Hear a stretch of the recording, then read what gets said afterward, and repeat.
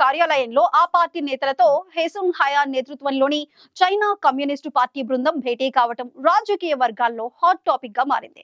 China communist నేతలతో BJP నాయకులు భేటీ కావటంపై కాంగ్రెస్ నేత సుప్రియా శ్రీనాథే తీవ్ర స్థాయిలో విరుచుకుపడ్డారు.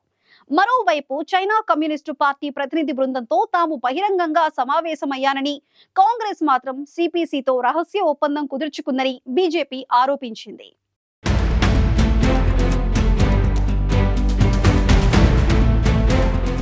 ఢిల్లీలోని బీజేపీ కేంద్ర కార్యాలయంలో ఆ పార్టీకి చెందిన నేతలతో చైనా కమ్యూనిస్టు పార్టీ ప్రతినిధి బృందం సమావేశమవడంపై కాంగ్రెస్ విమర్శలు గుప్పించింది. చైనా కమ్యూనిస్టు నేతలతో బీజేపీ నాయకులు భేటీ కావడంపై కాంగ్రెస్ నేత సుప్రియా శ్రీనాథే తీవ్ర స్థాయిలో విరుచుకుపడ్డారు. అరుణాచల్ ప్రదేశ్లో చైనా గ్రామాలను ఆక్రమిస్తుంటే ఢిల్లీలో మాత్రం బీజేపీ నేతలు చైనా కమ్యూనిస్టు ప్రతినిధులను ఆలింగనం చేసుకుంటున్నారని సుప్రియా శ్రీనాథే తీవ్ర స్థాయిలో మండిపడ్డారు. బీజేపీ కేంద్ర కార్యాలయంలో చైనా కమ్యూనిస్టు నేతలతో బీజేపీ నేతలు సమావేశమైన ఫోటోను సుప్రియా శ్రీనాథే ఎక్స్లో పోస్టు చేశారు. చైనా కమ్యూనిస్టు నేతలతో సమావేశమైన బీజేపీని ప్రశ్నించడంలో మీడియా విఫలమైందని సుప్రియా శ్రీనాథే దుయ్యపట్టారు. ఆపరేషన్ సింధూర్ సమయంలో చైనా మన దాయాది పాకిస్తాన్కు మద్దతిచ్చిందని, అలాంటి దేశానికి చెందిన కమ్యూనిస్టు నేతలతో సమావేశం కావాల్సిన అవసరం ఏముందని బీజేపీ నేతలను సుప్రియా శ్రీనాథే ప్రశ్నించారు. గల్వాన్ లోయలో భారత సైనికులు అమరులయ్యారని, లదాఖ్లో అనేక ప్రాంతాలను చైనా ఆక్రమిస్తోందని సుప్రియా శ్రీనాథే మండిపడ్డారు. అరుణాచల్ ప్రదేశ్లోని గ్రామాలను చైనా స్వాధీనం చేసుకుంటుందని, కానీ ఇక్కడ నేతలు మాత్రం ఒకరినొకరు ఆలింగనం చేసుకుంటున్నారని, వీరిద్దరి మధ్య ఉన్న సంబంధం ఏంటి, దేశానికి వ్యతిరేకంగా బీజేపీ ఎందుకు ప్రవర్తిస్తోందని కాంగ్రెస్ నేత సుప్రియా శ్రీనాథే ప్రశ్నించారు.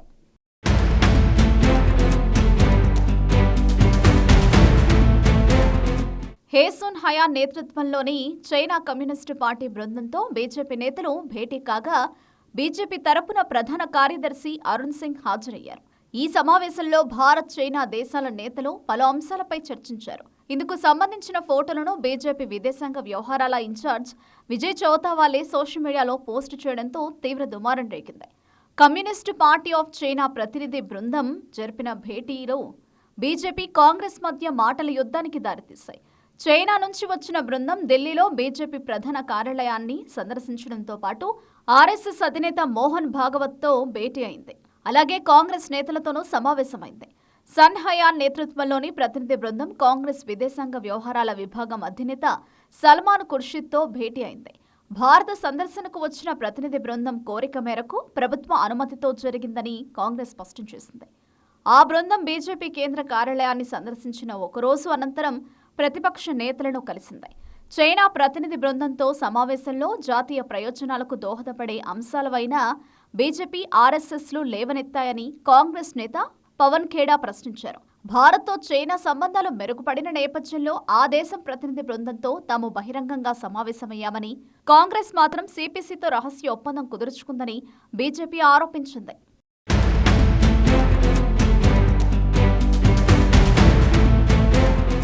2000 సమయంలో బీజేపీ, సిపిసి నేతలు తరచుగా సమావేశాలు నిర్వహిస్తుండేవారు. పలువురు బీజేపీ నేతలతో కూడిన బృందం బీజింగ్కు వెళ్లి చైనా నేతలతో భేటీ అయ్యేవారు. 2011లో ప్రస్తుత కేంద్ర మంత్రి నితిన్ గడ్కరీ బీజేపీ అధ్యక్షుడిగా ఉన్న సమయంలో పార్టీ ప్రతినిధి బృందం చైనా పర్యటనకు వెళ్లింది. అంతకుముందు 2009లో బీజేపీ, ఆర్ఎస్ఎస్ నేతలతో కూడిన బృందం బీజింగ్లో పర్యటించింది. అయితే 2020లో గల్వాన్ లోయ ఉద్రిక్త పరిస్థితుల అనంతరం ఇరు దేశాల నేతలు అధికారికంగా భేటీ కావడం ఇదే తొలిసారి. కాగా 2020 జూన్లో భారత్, చైనా సరిహద్దుల్లోని గల్వాన్ ప్రాంతంలో ఇరు దేశాల సైనికుల మధ్య భీకర ఘర్షణలు చోటు చేసుకున్నాయి. భారత జవాన్లపై చైనా సైన్యం మెరుపుదాడి చేయడంతో మన దళాలు ప్రతిదాడులకు దిగాయి. ఈ విరోచిత పోరాటంలో కర్నల్ బిక్కుమళ్ల సంతోష్ బాబుతో పాటు 20 మంది మన సైనికులు వీరమరణం పొందారు. చైనా వైపు కూడా ప్రాణనష్టం ఉన్నప్పటికీ దీనిపై బీజింగ్ స్పష్టతనివ్వలేదు.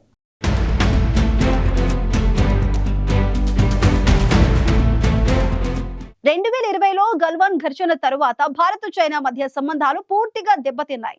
భారత్, చైనా మధ్య పలుమార్లు చర్చలు జరగటంతో ఇప్పుడిప్పుడే రెండు దేశాల మధ్య సంబంధాలు మెరుగుపడుతున్నాయి. ఈ నేపథ్యంలో భారత సందర్శనకు వచ్చిన చైనా కమ్యూనిస్టు నేతలతో భేటీలకు సంబంధించిన వ్యవహారం కాస్త దేశ రాజకీయాల్లో దుమారం రేపుతోంది.